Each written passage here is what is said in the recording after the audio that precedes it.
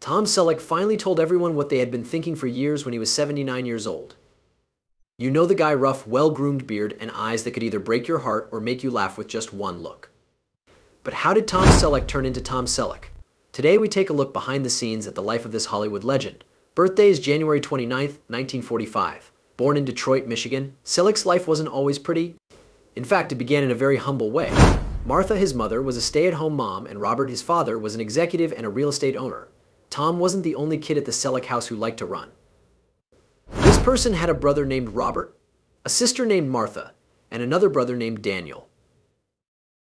Tom's family tree goes back to the first English inhabitants. Tom is 11th generation North American because his father is from that family. A man named David Selleck came from England to Massachusetts in 1633 and made a home for his family there.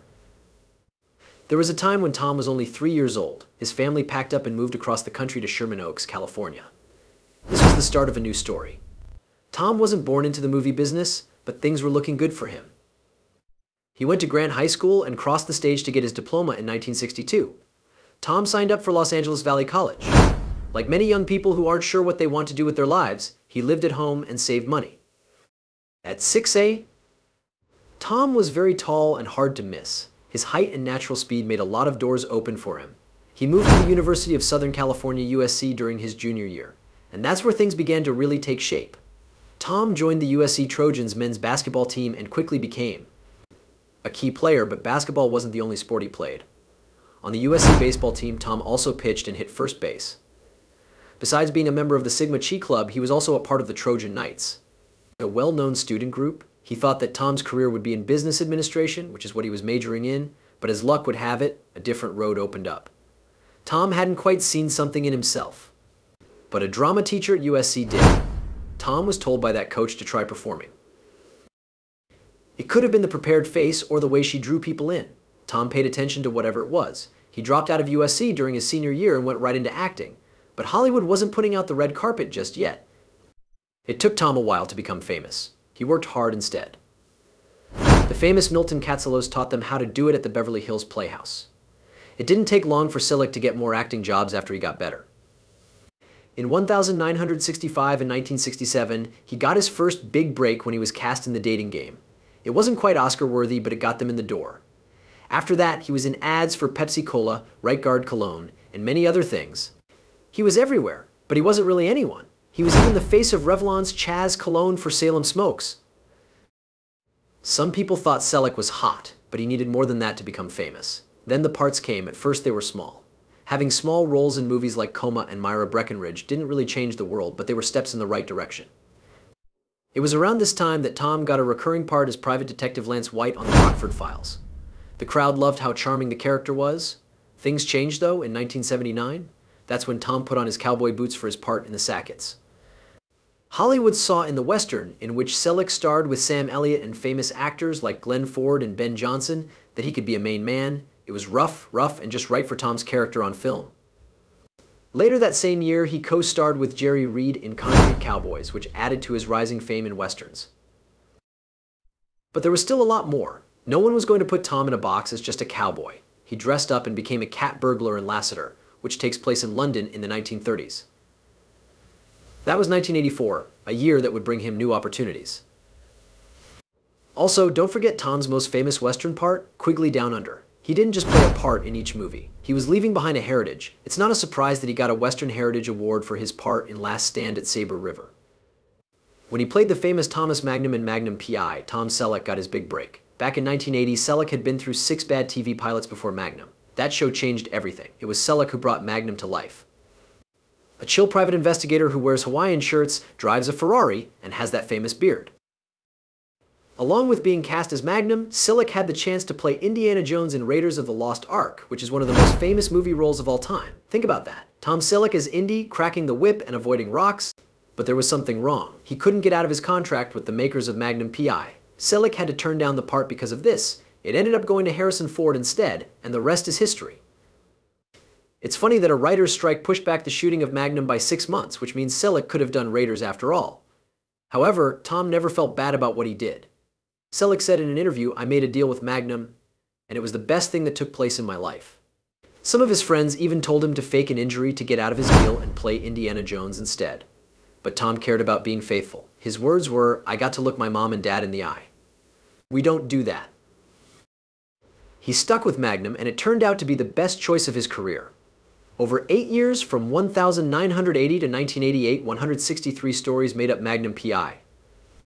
In 1984, Selleck won an Emmy Award for Outstanding Lead Actor in a drama series for his role as a former Navy SEAL who became a private investigator and lived in the fancy Hawaiian home of a mysterious author.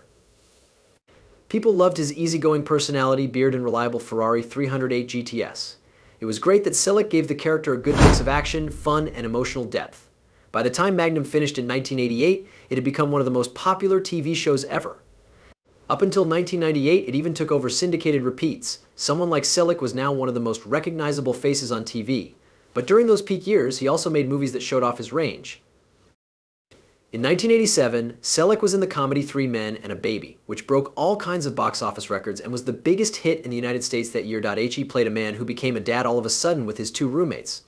The movie's success only showed how versatile Selleck is. In Runaway, he played a police detective who was scared of heights. In Her Alibi and An Innocent Man, he brought his charm to crime thrillers and comedies.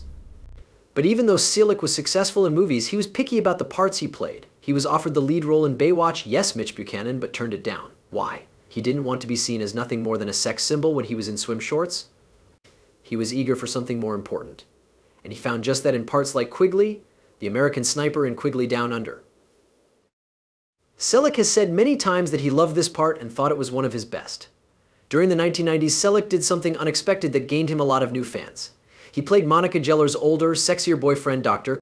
Richard Burke, on Friends as a guest star. Fans loved the connection between Selleck and Monica, even though his character was a lot older than Monica. Selleck became a recurring character on the show. At first, his career counselors didn't agree with his choice to take the job. There were 6 episodes in the story, after all. Should Tom Selleck really be going in this direction? But Selleck didn't feel bad about what he did. He was up for an Emmy for Outstanding Guest Actor in a Comedy Series. And his part on Friends was another important part of his work that people will remember. Although Selleck worked in both TV and movies, his deep voice and calm demeanor made him a great choice for other projects. He did the voice for At-T's You Will ads in the early 1990s. In the mid-1990s, Selleck also had a TLC show called The Practical Guide to the Universe. On that show, he talked about things like galaxies, stars, and the secrets of the universe. In 1998, Selleck made a big return to daytime TV with The Closer, where he played Jack McLaren, a famous publicist who ran his own business. People had high hopes for the show, but even though it had a great cast, it was dropped after only 10 episodes because it didn't do well with viewers. Selleck went back to his cowboy roots with Crossfire Trail and Monty Walsh in the early 2000s. These 2 westerns showed how much he loved the genre. He even went to Broadway in 2001 and played the lead role in 1,000 Clowns. Some reviewers said that Selleck's performance was a lot like Jason Robards, but he still made the part his own. The play ran for 4 months and made stops in Chicago and Boston before it had to end because of the 9/11's attacks. In 2004, Selleck played General Dwight D. Eisenhower in the made-for-TV movie I Countdown to D-Day, which got him some of the best reviews of his career. The movie was mostly about the politics and planning that went into the D-Day invasion. Selleck's acting as the famous military leader was praised for being calm and steady. Selleck has also been in a number of TV movies based on the books by Robert B. Parker since 2005. Not only did Selleck act as the bad guy police officer Jesse Stone, but he also produced the movie. A few years ago, in 2010, Selleck joined the cast of Blue Bloods as NYPD Commissioner Frank Reagan. The hit show, which is about a family with a lot of ties to law enforcement, made Selleck a TV hero for a whole new generation. Tom Selleck finally says what we've always been wondering at age 79. His fans have been wondering about his personal life for decades, wanting to know more about the man behind the beard, the Ferrari, and the cowboy hat. But Selleck's life story isn't told in the spotlight of Hollywood. He keeps it secret on his quiet ranch, away from the cameras, with his wife Jilly Mack and the simple, honest life they've made together. A lot of people don't know this part of Selleck's story. Tom is ready to talk about it all today. It sounds like Tom and Jilly's story came straight from a movie. Back in 1983, Selleck was in London making movies for Lasseter. He couldn't stay away from the show Cats. He went to so many performances that his co-star Jane Seymour didn't know what was going on. No one knew that Tom wasn't just there for the show. One of the actors, Gilly Mack, who played the naughty Rumpelteazer, had his attention. Their link was made right away. Their relationship grew stronger after one dinner together. And when Gilly's job with Cats was over, she packed her things and moved to the US to be with Tom. They got together quickly and got married in 1987 in a secret ceremony that not even their closest friends knew about. They got married in a small church near Lake Tahoe. To hide their real names from the press, they used fake ones. On their wedding papers, they used fake names like Tom Jenkins and Susie Mark. A very small group of family members showed up, and the minister didn't even know who they were until they got there. This wasn't just another part of his Hollywood story. It was a big change. At the height of his fame from Magnum PI, he did something that shocked a lot of people. He quit playing to spend more time with his family. He once said, "My relationships and my land keep me sane." They moved to a 65-acre ranch in Ventura, California. To get away from the cameras and tabloids, Tom thought about making this choice. He wished for a calmer existence, to get away from the stress of Hollywood and raise his family. Jane Hannah Selleck, their daughter, was born in December 1988. Hannah has loved horses since she was a child. She had a unique childhood because she grew up on a ranch in the middle of nature. Tom and Jilly were sure it was the best place for her, and they were absolutely right. Hannah then turned her hobby into a career. She started competing abroad and running her own business, Descanso Farm, where she trains and boosts the performance of top horses. For Tom, one of the best things in life is seeing his daughter do well on her own. There's no doubt that Hannah is a great example of how family comes first in the Selleck home. It was clear how much Tom loved his family when Hannah had a major health scare as a toddler. She was taken to the hospital with viral pneumonia, and Tom forgot about everything. His plan at the time was to start shooting Christopher Columbus: The Discovery with Marlon Brando. But Tom didn't care about the movie as long as his daughter was healthy. He stayed with her, which pushed back the shoot and made him think about how his job was affecting his home life. Tom said it wasn't worth it when he thought back on that time. "I quit Magnum to start a family, and after that I was excited about every movie that came out." Tom decided to put his family ahead of his fame, and it wasn't just his daughter who felt this way. It also included his marriage to Jilly. Tom and Jilly's relationship has been strong through the years, even though famous marriages often end in trouble. When asked what keeps their marriage going, Tom doesn't think twice. "I believe it is important to take care of your marriage. Time with my family is the most important thing to me." There has been a lot of talk about their connection. The famous Italian actress Sophia Loren lived next door to them in the late 1980s, which was fun. There were rumors that Tom was having an affair, but he kept a straight face. He made a joke that Jilly had given him permission to cheat on her with one very specific condition. He could go if Sophia in her pajamas asked him to join her for a cappuccino on his way to Home Depot. Tom laughed and said it never happened, and she sold the house even though there has been talk. Tom and Jilly's relationship has stayed strong. Tom has loved living on the ranch. He has fond memories of taking care of the land, and even running an avocado farm at one time. Tom has joked, "I don't eat them because avocados make him gag." But he has to stay in the real world for work. He loves living on a ranch, where he can ride his ATV, check on the horses, and do the hard work. This is very different from the glamorous Hollywood picture that many people have of him. But it's the life he's always wanted. He says that ending the day with a cigar and a whiskey glass is nice. Jilly and Tom have made their ranch a safe place where they've raised Hannah with strong values, away from the stress of fame. Tom is still very busy even though he is getting older. The role of New York City Police Commissioner Frank Reagan on Blue Bloods is still coming back to him, which he has done since 2010. But Tom is excited to spend even more time with his family now that the show is over after 14 seasons. Tom says that his life has been full of happy breaks, hard decisions, and most of all, love. People have been wondering for years what kept him calm in a business that is known for scandals and chaos. What's the answer? His strong bond with his daughter Jilly and the land where they live.